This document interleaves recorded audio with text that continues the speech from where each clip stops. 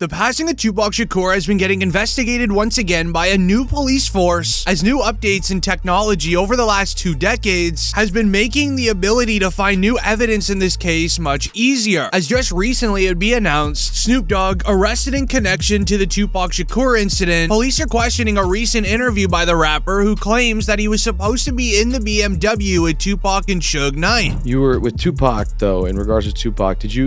I heard a story. Did you give him different advice that night on where to go? I didn't give him no advice. Right. We wasn't seeing eye to eye. Right. So saying during the Tyson. Yeah, this incident that I'm explaining to you right now was the day before that. Okay. So when they got to Vegas, they went their way, I went back. I mean, when we got to LA, they went to Vegas and I went home. That's why I wasn't in the car with them. As Snoop Dogg reveals that he was supposed to be inside of the BMW with Tupac and Suge Knight. As the entire topic of Tupac came up during the interview because Snoop Dogg was asked to react to Suge Knight's recent tweets. One being, "This little guy is responsible for the passing of Tupac," as another tweet would also share, "I've been quiet for too long. First month of 2024, I'll be announcing what's really going on with Tupac." However, the second tweet came from an anonymous account. This, however, made many believe that Suge Knight was revealing the truth through several Twitter accounts where Snoop Dogg didn't really have much to add. It wouldn't be until this one viral clip was then brought up onto the interview. It was an officer revealing that Tupac Shakur was extremely smart and he was even possibly an industry plant, as there's even allegedly evidence backing up these claims. What did you find most fascinating about the alternative history of Tupac? Well, it turns out when I talked to Tupac's longtime mentor, political mentor, former Black Panther Chokwe Lumumba, who was his first business manager, he's told me, I basically asked, well, was Tupac only pretending to be in order to appeal to gangs and politicize them? And he said yes. And that was part of his thug life agenda that he came up with his imprisoned stepfather, Mutulu Shakur. And so Tupac was just using that in order to get the and the leaders to call peace truces, first in Los Angeles, then throughout California, and then throughout the country. And that was why he was pretending to be this type. And really, he was just an intellectual prodigy. According to the officer, the plan obviously didn't work. And when it wasn't working, he then suddenly passed. He would also go on to mention that there's an alleged file of evidence that relates to Tupac Shakur still being alive that the police are working on. Now, when you compare the files of evidence of him still being alive to the files of him allegedly passing, the truth then begins to reveal itself. So allow me to explain. It all begins with a rapper named Tretch. In 2010, Tretch was interviewed on the topic of Tupac before a show. Tretch and Tupac were very close friends back in the day. They even worked on a few albums together as well. But here's where things get weird. After Tretch's interview, the cameraman forgot to stop recording. He places his camera onto the ground, and in the footage, you can actually hear the interviewer asking Tretch about Tupac, to which Tretch responds, "Last time I saw him, he was in Cuba." So if you ain't ready for it, get on the sidewalk. One last question.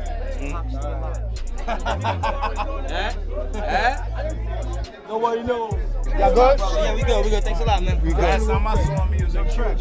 Then, just 3 weeks later, a video would be released to a news website showing a video of Tupac chilling in a parking lot inside of Cuba. Zoom in. That's Pop, man. He was the outlaw. And Reg from Holla Back is trying to be friendly and get autographs. Holla Back exclusive, baby. Holla Back. As this entire incident is actually what started the theory of Tupac being alive in Cuba, as Suge Knight also believes that Tupac is alive and well. He has said so in so many interviews over the course of the last 2 decades, as even one interview from Suge Knight makes a very convincing case towards Tupac still being here. He would state that Tupac was doing fine in the hospital before his passing. Suge Knight says, "When I left that hospital, me and Tupac were laughing and joking. I don't see how someone can turn from doing so well to doing bad." I mean, when I left that hospital, me and Pac was laughing and joking. So I don't see how somebody can turn from doing well to doing bad. So you seriously think that he might still be alive? I'm gonna tell you this, Pac, you never know. But what's really weird about this is that Tupac, according to police files, was in a very deep sleep when arriving to the hospital. So how in the world would he and Suge Knight be laughing if Tupac was supposedly sleeping? Now, it doesn't really seem to add up, but then when you look at a 2008 interview, 10 years apart, Suge Knight said the exact same thing, that Tupac was alive and that he was well. So he was conscious on the way to the hospital? He was conscious on the way to the hospital, he was conscious in the ambulance, he was conscious after they did the surgery. What was the last thing that he said to you?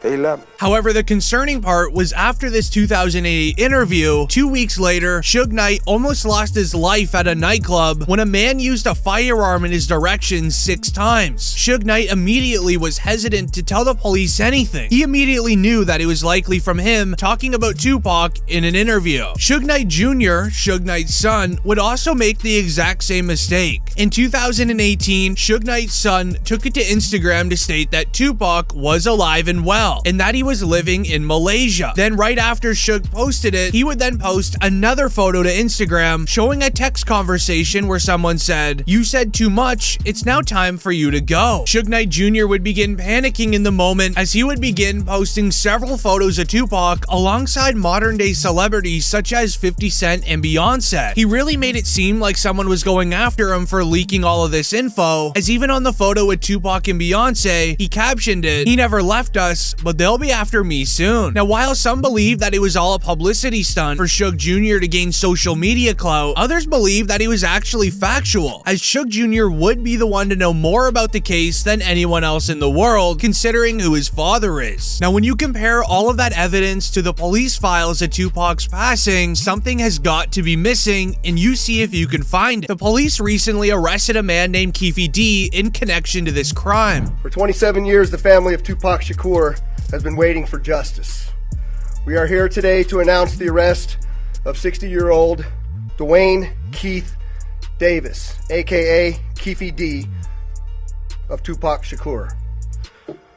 Davis was arrested this morning by my LVMPD criminal apprehension team, and this investigation started on the night of September 7th, 1996.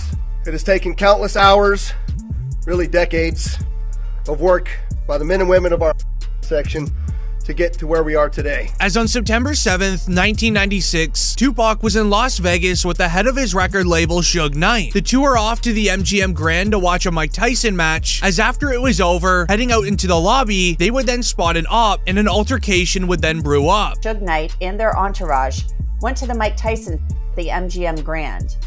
Keefe D and his nephew, Orlando Lane Anderson, and 2 of their friends were also there. Keefe D told LAPD Detective Greg Kading more than a decade ago, in a proffer that couldn't be used against him, the meeting was retaliation after Tupac jumped Orlando and him up at the casino. Surveillance cameras recorded the fight. Tupac was angry that Lane had stolen his necklace years prior in Compton. Tupac, Suge Knight, and the entourage left the casino quickly. Security would go and break up the altercation between Tupac, Suge Knight, and the ops. Full of adrenaline, the two would then go off to their hotel to change, and then go off to a club that is owned by Suge Knight at around 11 p.m. The two were off to the club, listening to very loud music inside of their BMW, when things would then suddenly go down in the middle of the street. Knew about Tupac's concert at the Club 662. Members, including Orlando and Keefe D, jumped in their white Cadillac and started cruising the strip looking for the offender. Before long, they finally spotted Tupac's caravan.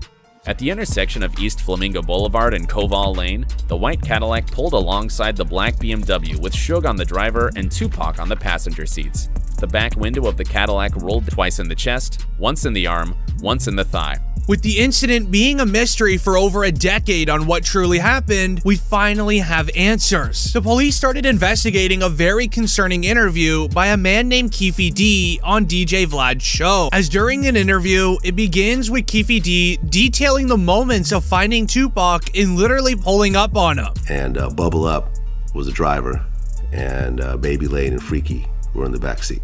We was just all in the car together. Just say that. This was the white Cadillac. Yeah. So you guys are driving around, and then you hear these girls say, "Tupac, Tupac." Got to the light. We was gonna go drink. and he happened to be hanging out the window. He's hanging out the window like he was in a parade. Tupac. Yeah, he was. So what happens next? You said that as you're driving up towards the BMW, with Suge driving and Tupac in the passenger seat. Now, DJ Vlad was very skeptical on what Keefe D was saying. He would want more evidence proving that he was there, as the entire incident of Tupac's passing has been a mystery for over 2 decades. This is then when Keefe D would share a never-before-seen police interrogation video on the night of the crime. Lane starts.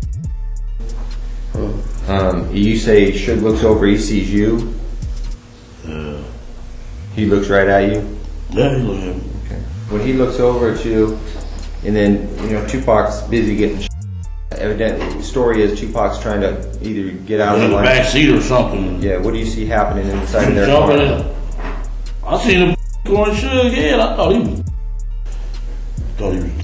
So Orlando across Dre? He leaned over on the window, we rolled down the window. This would surprise DJ Vlad, as Keefe D released this footage for the first time ever, announcing that he was at the crime scene and inside of the vehicle. He even made eye contact with Suge Knight when it was going down. However, what he said next was even more concerning, as he would state that Tupac was allegedly reaching for his firearm. You said that as you're driving up towards the BMW, with Suge driving and Tupac in the passenger seat, and you said that Tupac pulled out a... It looked like he was reaching, yeah. Yeah, it did. Okay. Yeah. Did you actually...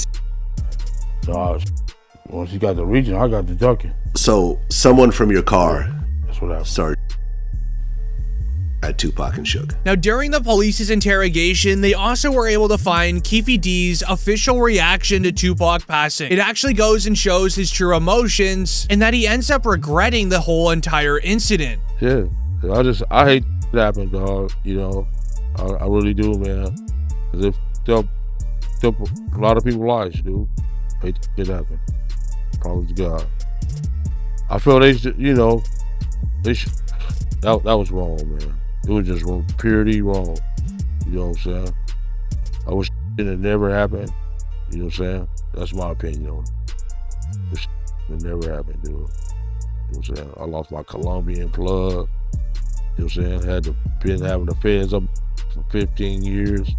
Couldn't do nothing. Couldn't catch a break, bro. You know what I'm saying? And I did time behind it. Now, the weirdest part of the entire thing is that Keefe D actually wrote an entire book on being involved in Tupac's passing. It is titled Compton Street Legend. I don't think many people took it serious, which is why it didn't go viral online. But now that he is being arrested for the crime, the book is now a #1 seller on some platforms. Fans, though, believe it's a cover-up that Tupac is still alive, and now they are just throwing an elderly man inside of jail and blaming him for the crime. But what do you guys think? Comment down below.